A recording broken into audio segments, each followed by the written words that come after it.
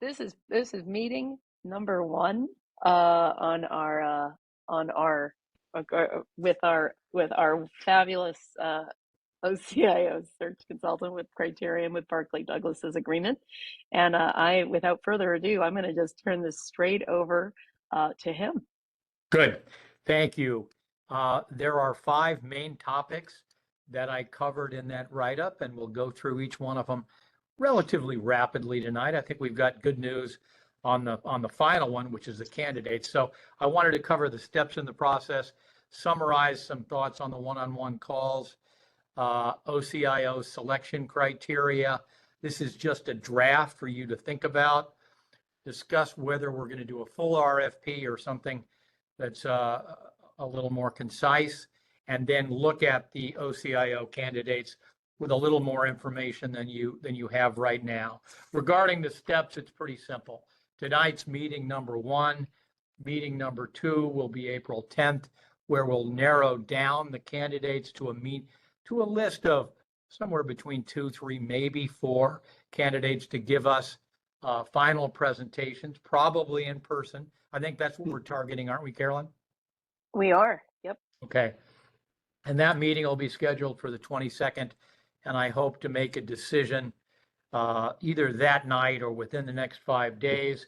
And then there'll be a bit of wrap up, which is predominantly Carolyn, myself, and staff, where we finalize the contracts, we recraft the investment policy statement. I work on what's called the prenup, which is making sure we know exactly what the liquidity and costs will be if we ever terminate this manager. And then I write something called the investment constitution, which is a plain English version of the investment policy statement. It's meant to be very informal and internal to describe our aggregate beliefs and why we selected the manager that we selected. So that's the steps in this process that I'm envisioning. Any questions on that? Now, just as a point of operations here, are we going to be looking at? Do we need to look at your memo? Because I'm on a screen that probably keeps me from looking at it. Or we don't. We don't. There'll be 2 handouts that Carolyn will put up a little bit later. So okay, you don't need to be. Right. The one-on-one calls, we all agree on the satisfaction with Vanguard embracing the OCIO model. There was a lot of commonality in terms of the key deliverables that an OCIO needs to provide.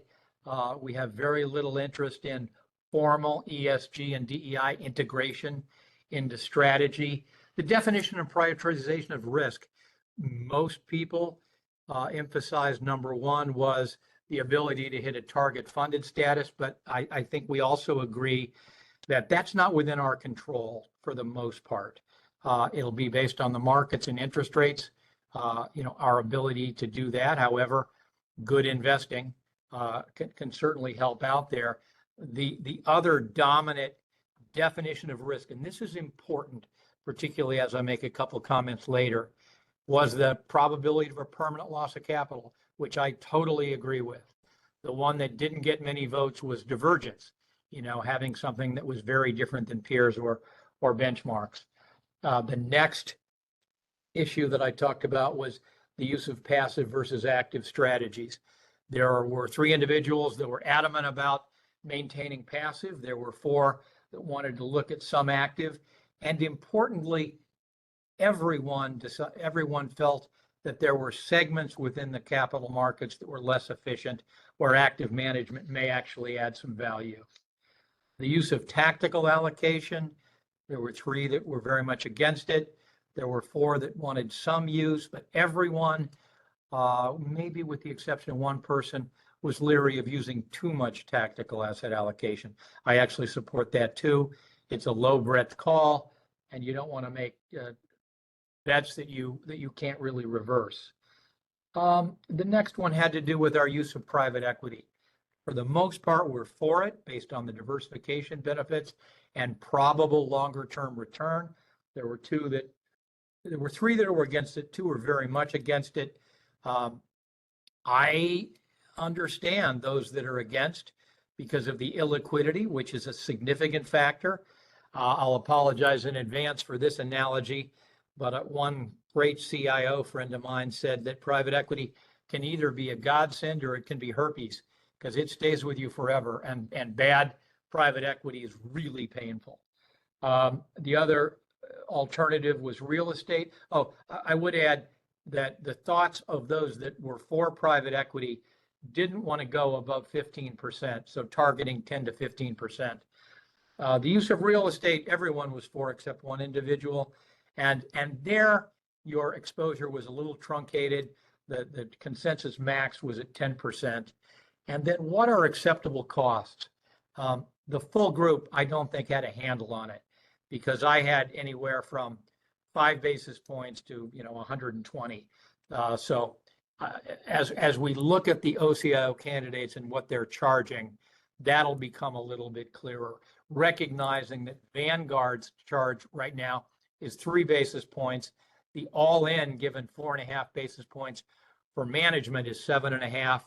Having said that, if we had joined Vanguard for the first time after they changed their fee schedule, let's say last September, we would have been charged 6 or 7 basis points just for the OCIO. So they raised their prices.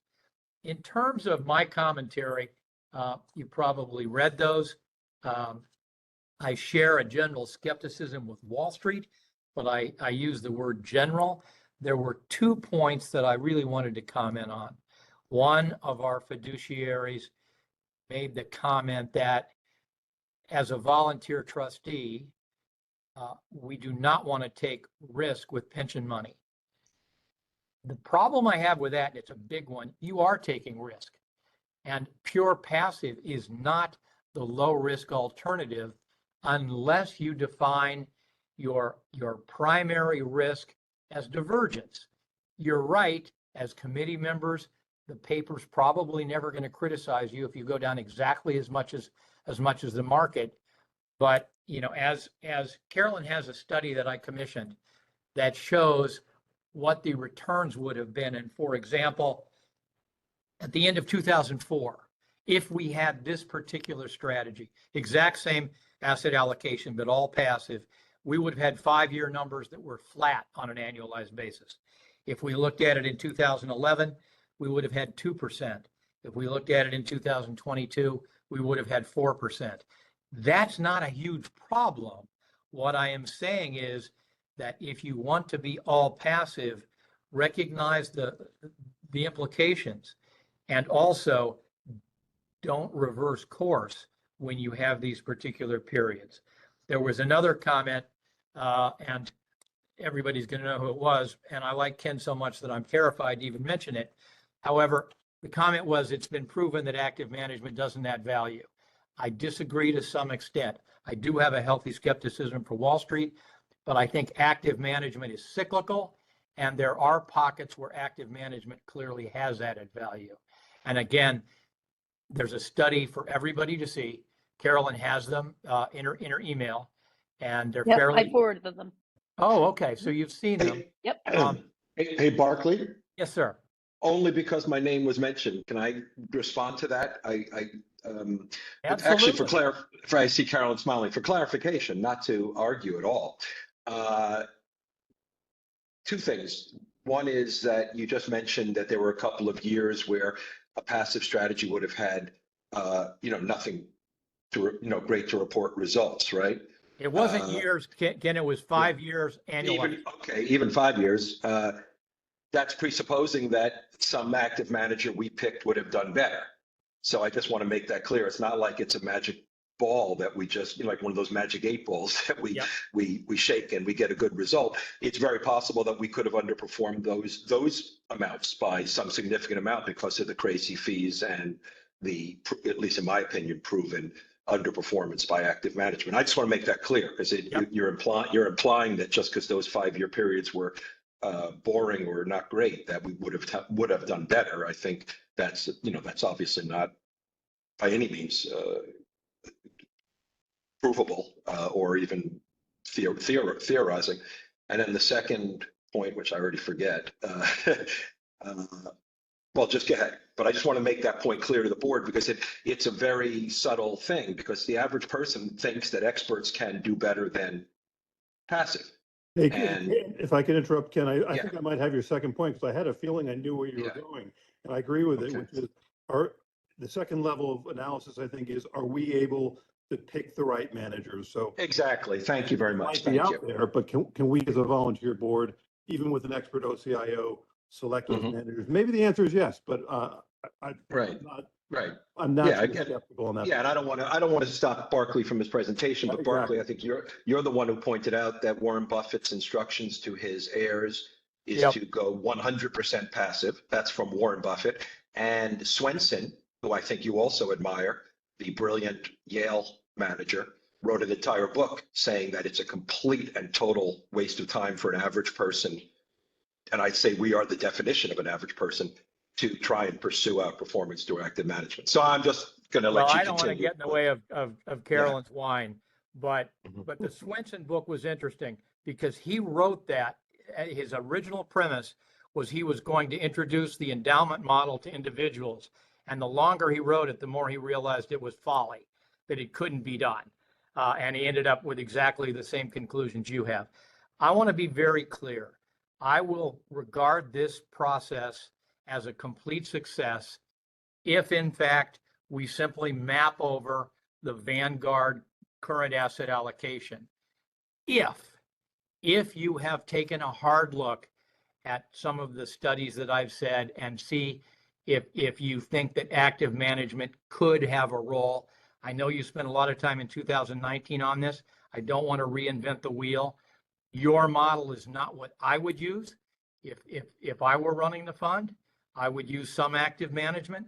I only want you to consider it, take a look at those studies, and Ken, yes, your point is right.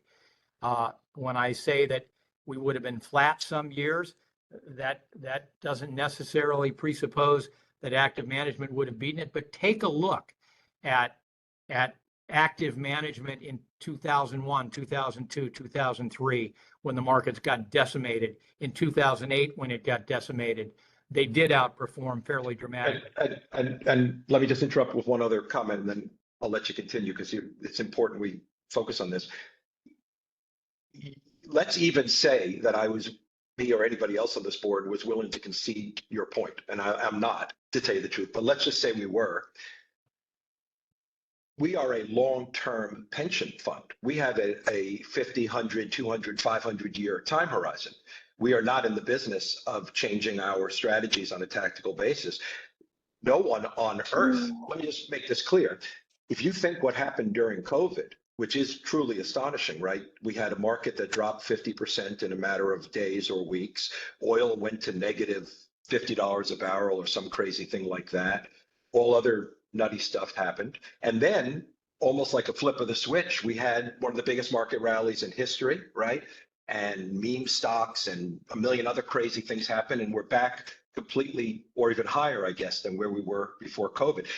I'll make you a deal. If you can find me one, not three, not five, not 10, one analyst who predicted all those things to happen. No, I'm being dead serious. No, I'm trying to, I know it's funny, but I'm trying to make a very important point here, Carol. This is important, actually.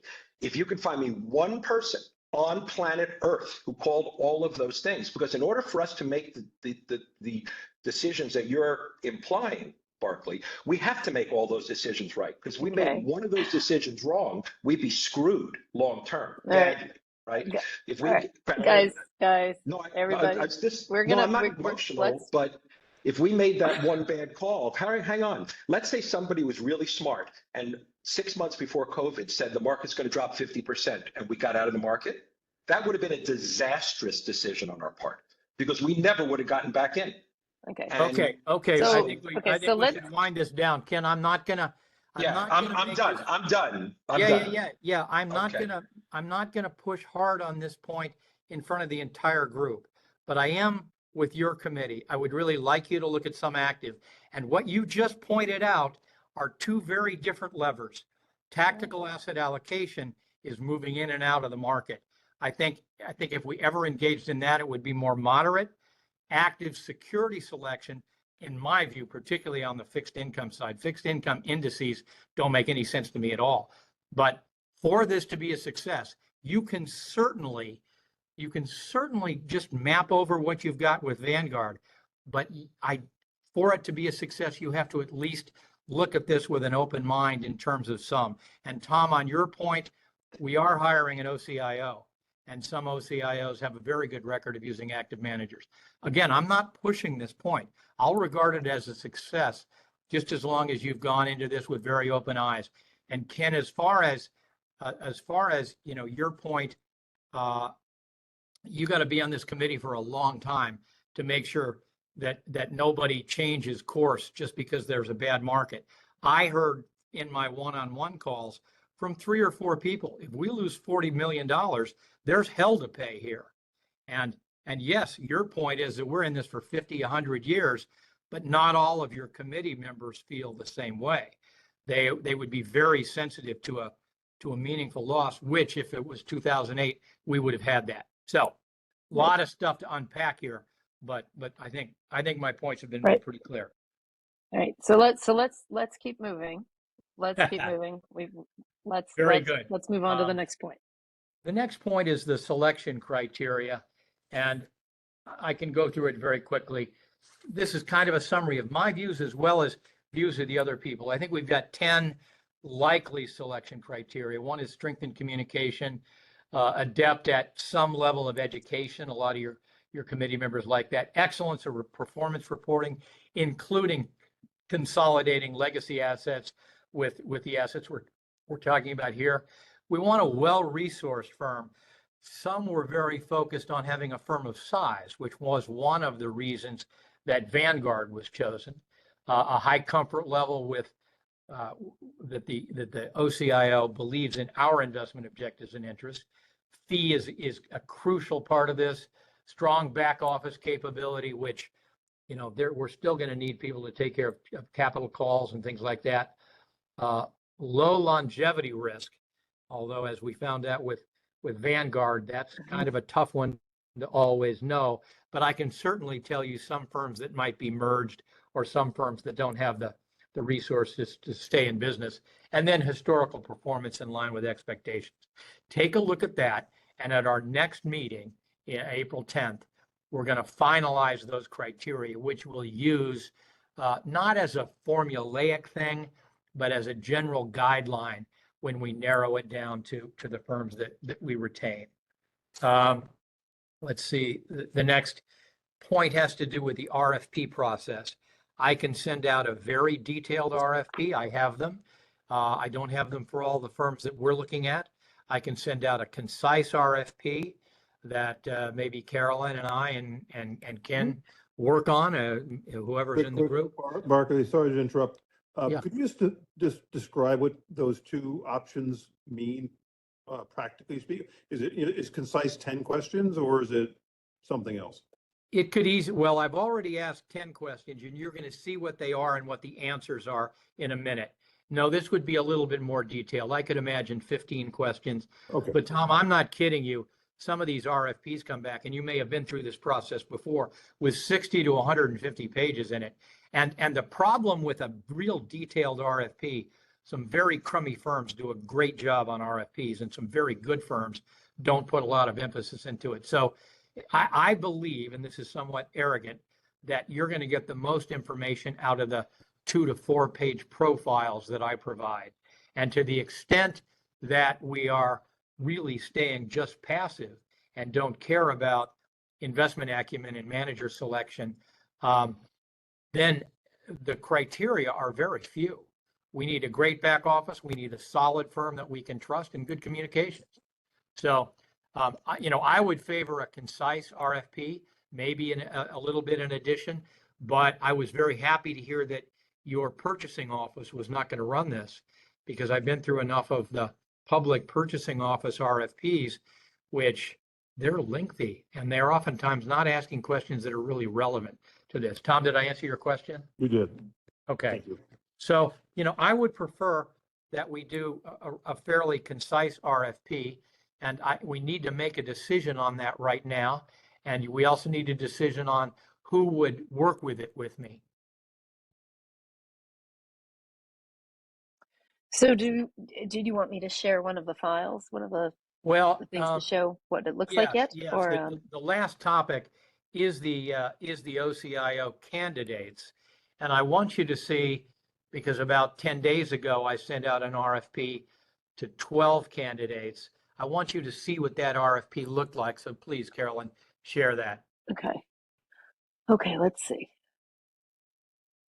Meeting.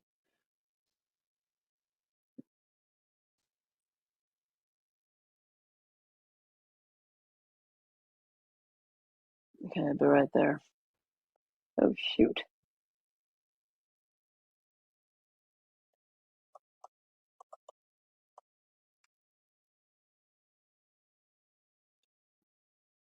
Some of them were longer in their responses than others. The one that we're putting up here was There it incredibly is. concise. All So right, you this seeing is- it? Yeah, we can see it. So this is the Okay. one that I sent to 12 different firms. There was a bit of a preamble there. I didn't give your name, although some people already knew who it was. Can you accept OCIO accounts for public funds? You can just scroll down, Carolyn. When did you begin OCIO?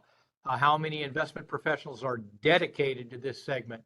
What are the total, these are important. What are the total assets you have under OCIO worldwide? What are the total assets you have under OCIO in the US? And the next question was, what are the total assets you have for US public funds? And then I asked if they had any public funds as clients in Connecticut. I wanted to know the 3 largest clients that they had. We're a pretty good sized fund, and keep going. I wanted to know what their sweet spot was that they thought in terms of client size. What's the minimum account size? Can you provide custody for us? Do you have the, and here were 2 questions. Do you have the capability to invest public strategies completely passively? Second, do you have the capability to invest actively across traditional asset classes in case we went down that route? And what is your delivery model? Do you have commingled funds with external managers for each of these major asset classes, or do you run the client funds individually? And then do you manage a meaningful percentage of your client assets internally? In Vanguard's case, they did. In State Street's of course, they did. Some others that can be fully indexed do not. Would you take a public fund that was fully indexed? Yes or no? Would you take a public fund that was partially indexed, maybe 50 to 70%? And if we came in as fully passive in public investments, could you counsel us at some point on integrating active management? And then another question, can you counsel us on the use of private investments as well as both equity and real estate? Can you, to what extent do you use a tactical capability, or do you stay with the policy targets? All of them, some of them could do both. All of them could do policy-based. Given your investment in private, our investment in private securities, would your back office be able to handle those needs? They responded. And then I asked about fees. I asked about fees for fully indexed, and I asked about fees for one that was 40% active.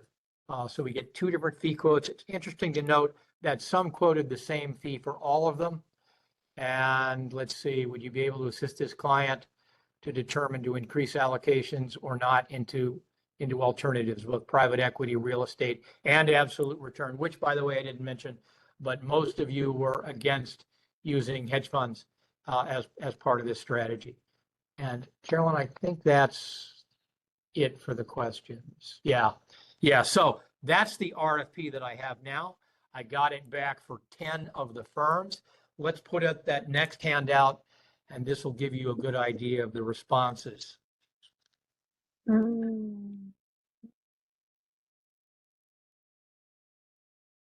right. Where did you go? Window. It doesn't seem to want to share. Window. Barkley, while Carolyn's looking, if you don't mind, I didn't see a request for bios of likely CIOs. Did I miss that, or is that not? No, it's not there. And that's why we're leaving room for a second though concise RFP. Oh yeah, there could be a dozen other questions that we could ask in addition to these. Yeah, and to be clear, I'm not proposing Yeah. much longer document, but to me, the bio of the likely CIO, or, I imagine there are a very small handful of people who might actually be our point of contact. I would think getting a bio of that person would be required. I'm surprised not to see it. Maybe I'm missing something. No. I'm treading lightly on to what extent I push for passive. If in fact you use the Vanguard approach and are 100% passive, I don't want to be cavalier, but do we really care? The bio Well, of the if CIO? hypothetically we were hiring Brian Binkley to be. Now you're you're Okay. talking about a bio of the client Fair PM enough. that's assigned to us. Fair enough, yes. I care a lot about that. Okay, good. We need somebody that's in Brian's league. I Yes. know you were very happy with him. Yes. He was So, a CFO, hey, by the way. Yeah. Ben, I'm going to send this to you. I'm going to see if you can get this onto the screen. Okay, you can check your email. It's not a make or break Okay. thing. I can read them off, but it'd be much easier to see them. Yeah, it's the Word document. It says Fairfield OCIO.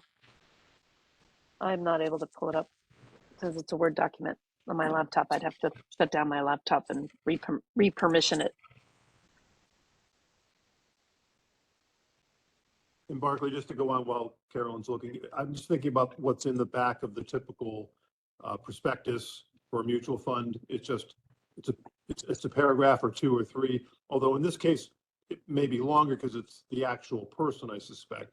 So to me, it's like hiring a person.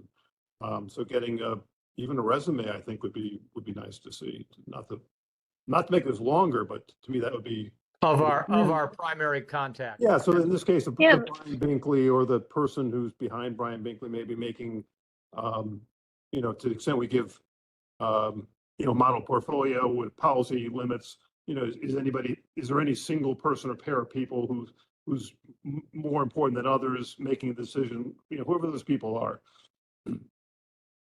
Well, I think that's again, a nice idea. I think we are talking about the second round of RFP. I did this because I wanted them to turn it around in 3 days. Fair enough. And again, I think we are going to be comfortable. I don't want to speak for you, but let me throw this out there. We'd be comfortable doing a relatively concise RFP and picking 2, 3, or all of you to help me frame the questions. Maybe everybody submits additional questions that we include. Is that something that we can agree on? Yes. Yeah. Okay. Then the four of us will formulate the next version of the RFP. And to the, if it were a really long one, they typically require 30 days. This version that I envision is going to take no longer than a week. I'll speak for myself. Obviously, I don't speak for Carolyn or anybody else, but to my mind, the reason you exist is to spare us from having to go through, excessive pages of boilerplate that we all boilerplate.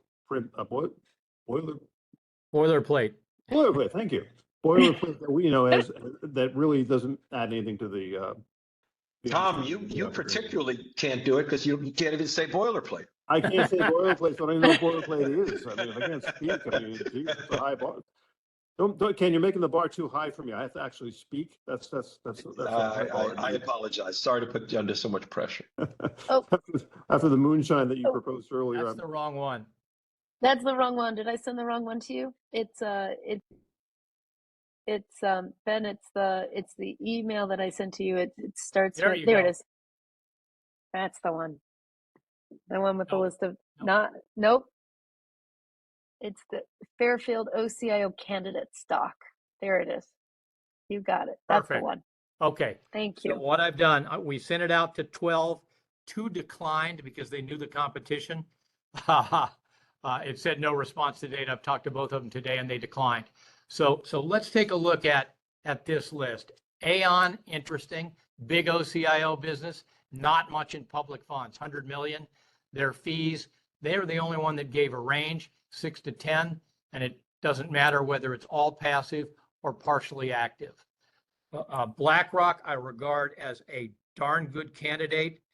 5.8 billion in public fund OCIO, and their fees are 5 basis points, whether it's all passive or partially passive and active. Brown and Cap Trust passed. Callan, they have 0 public fund assets. They, as you know, were your old consultant. Your old consultant was the one that put in the bid. Their fees are okay, 6 and 7 basis points, but the fact that they don't have any public fund assets and most of the OCIO assets that they have are defined contribution, which to me is a light year away from what we're doing. So I'm not sure that I would have them there. Fiduciant, 10.9 billion in OCIO, only 440 million in public fund OCIO, but they've got a lot of Connecticut clients and their fees are attractive. They're matching the Vanguard fee, 3.5 basis points or 5 if partially active. I'd put them as a candidate. PFM, you may have heard of them. They've made a move, really an aggressive move going after Vanguard clients. They weren't as sharp with the pencil, however, but they're credible. 25 billion in OCIO assets, 8 billion in public fund, basis points 7 for passive, 9.2 for partially active. I'd put them as a candidate. The same with Russell. They've got 9.8 billion in OCIO public fund assets. Very attractive fee, 3.5 basis points. Either way we go, make them a candidate. SEI also, they have 5 basis points for purely passive, 10 for partially active, and they've got 5.3 billion in public fund OCIO assets. They are making a real move at public funds in the discretionary business. They also have a pretty good investment capability should we decide to do anything active. State Street surprised me, 129 billion in OCIO, only 600 million in public funds. I like State Street because, as you know, they produce their own indices, which are very good. Their fees weren't better than anybody else's. In fact, they were a little bit higher at 7 both way. And then I had 2 groups, Strategic Investment Group and TIF. They are very, very much active investors.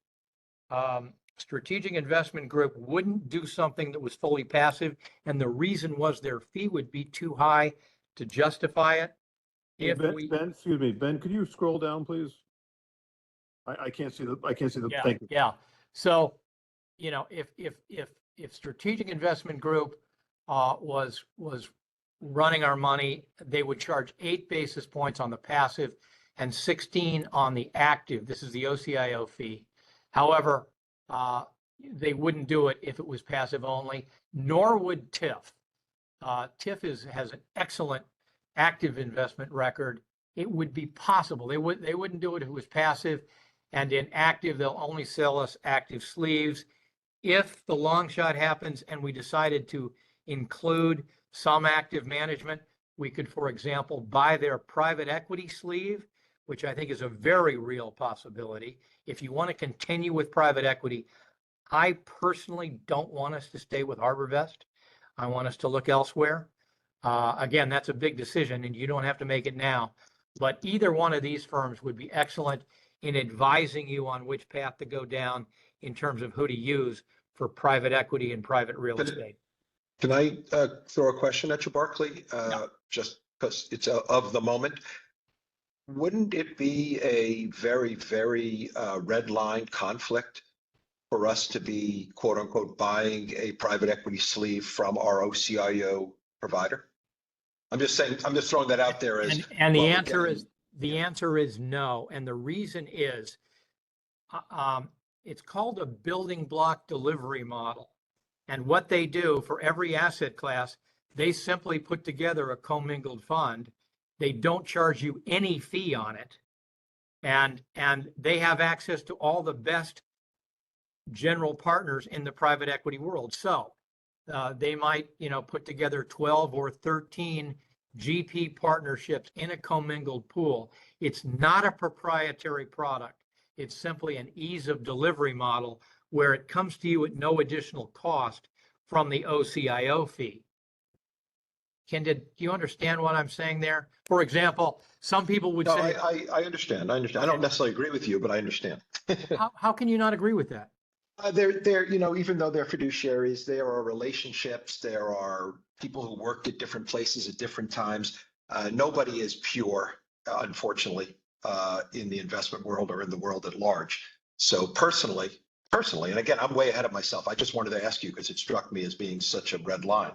I would not personally want to limit myself to a private equity offering from our supposedly completely neutral OCIO provider. That's my personal opinion. That doesn't mean I'm right. Well, at I some want point, to I be want clear. to I'm just speaking for myself. Yeah. maybe on the golf course, I'll dissuade you from that. Here's the Yeah, thing. fine. Yeah, I'm Let's willing to say listen, by the way. Let's say that we hired an OCIO that used active equity managers, and all they did was pool those together in one pool. The benefits are every client gets the same manager, and the scale they use to discount fees dramatically, and they charge you nothing extra. So all it is a delivery model. Now, on the other hand, if you're talking about an OCIO that is using a lot of proprietary product, I have an enormous problem with that.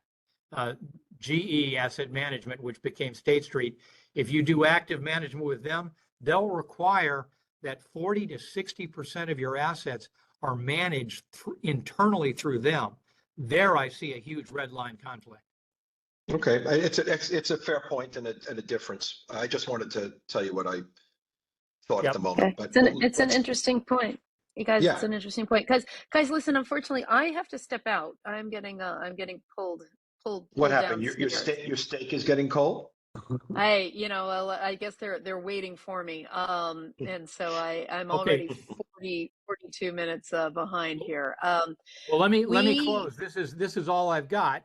The okay. only thing we need to decide is this RFP and who Yeah. will assist me in putting together the questions for the next Okay. round. I hope you're happy with the candidates we've got.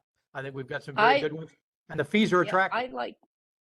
I like the candidates. I spent some time on the train this morning looking at everything, and I'm delighted with the candidates and the array of candidates. And I like personally, but there's way too many at this point. I mean, we need to. and I like the concise approach. And remember, this is where you take it from 12 down to 4, right? Mhm.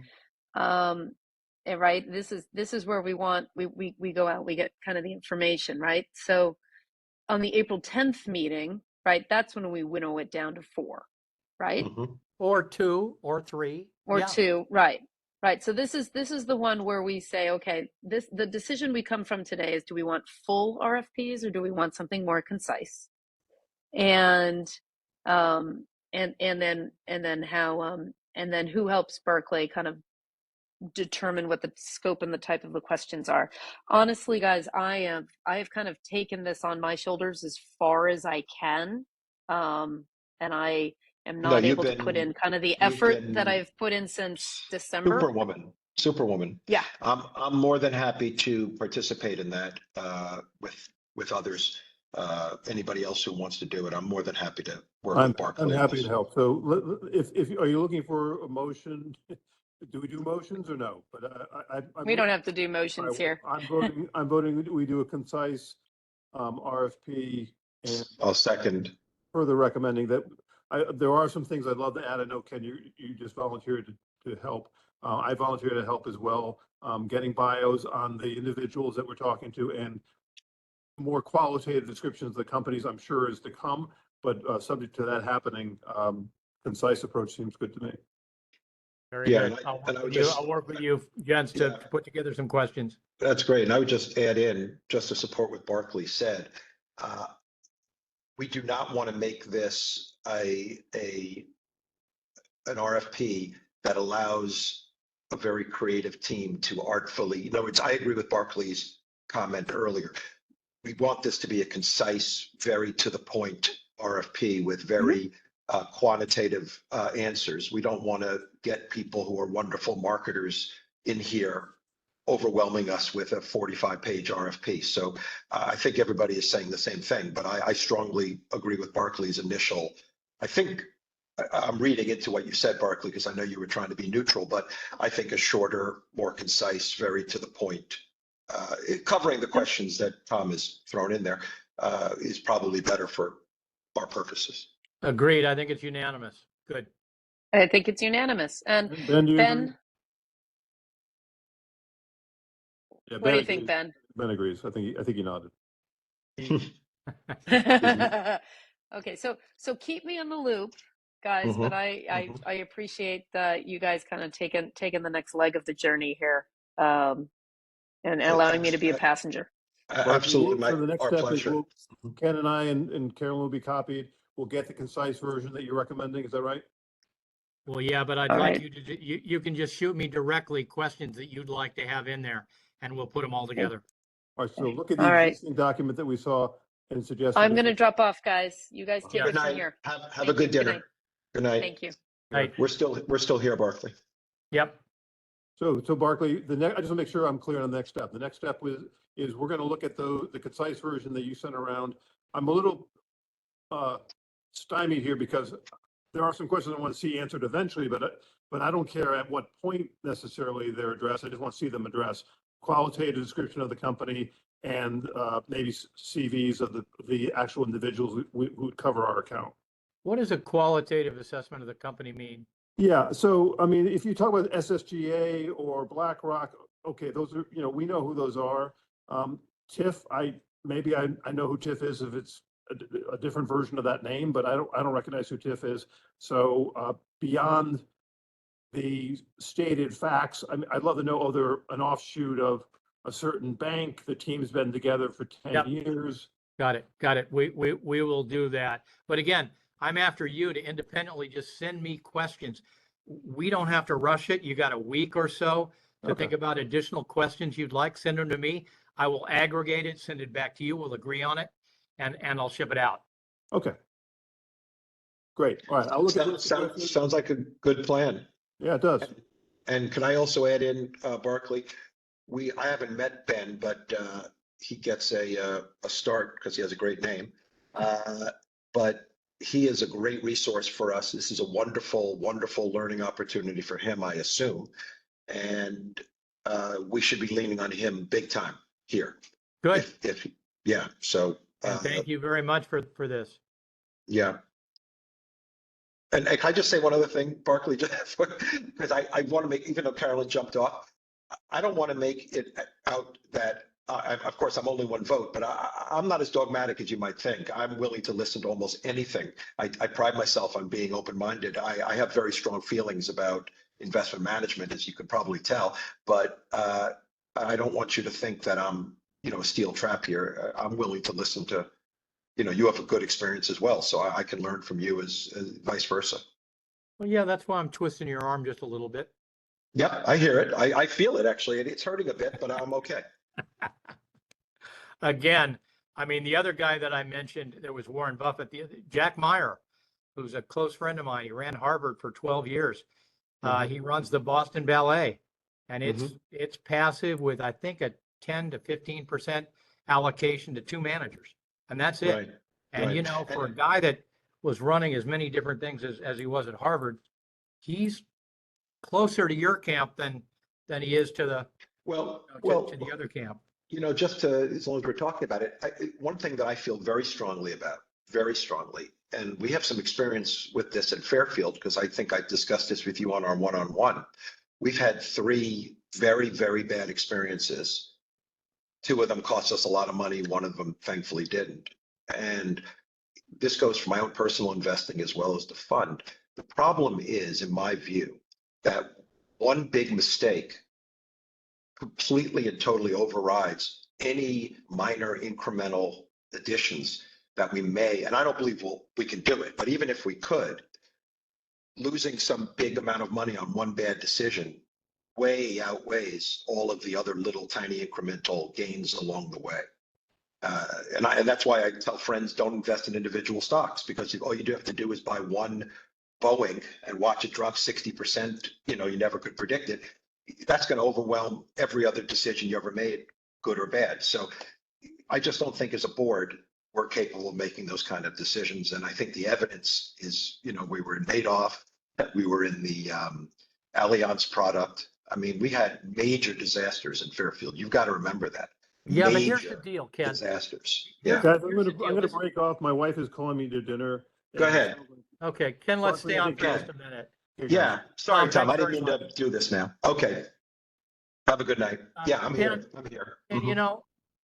this is why you move to an OCIO process, because when you have a large committee Mhm. that's disparate in terms of their investment experience, some slick marketer can come in and sell you something. He sure can. And that's what you've already protected against. Mhm. You and I would have never voted for the Allianz product. I knew that product back then, and it Mhm. smelled. Mhm. Um, It sure did, but 11 out of 12 people voted for it, including Okay, so somebody maybe- who's on our board currently, for what it's worth. yeah, and I know some people that got suckered into Madoff, but the Mhm. notion that he didn't charge any fees and the client reports came in crayon. Yes, that thank told you. Something. Yeah, yeah. But this is why we've gone the OCIO route. Mhm. And we're also not going to take massive positions and stuff like that. I realize you've got, you're stung, and that sting isn't going to go away. That's No. one reason why, even if I was a massive hedge fund fan, Mhm. I don't think I'd recommend hedge funds for you guys, just to avoid that possibility. Yeah, I'm with you. And the other thing I'll leave you with tonight is, if you remember on our one-on-one, I did acknowledge that in the bond world, there is a discussion to be had about active versus passive, because Yeah. those indexes are filled with a lot of garbage that don't necessarily belong in the portfolio. So Yeah, when you I'm cap not a- weight fixed income, it's a different animal. exactly. So I am a little more flexible than, initial appearances may. Very good. Oh, you have a wonderful night. I think we're on a good journey here. I think we're going to do really well. Great. Thanks, Ken. Thanks, Ben. Thank you very much. Have a good Yeah, night, everybody. Yeah.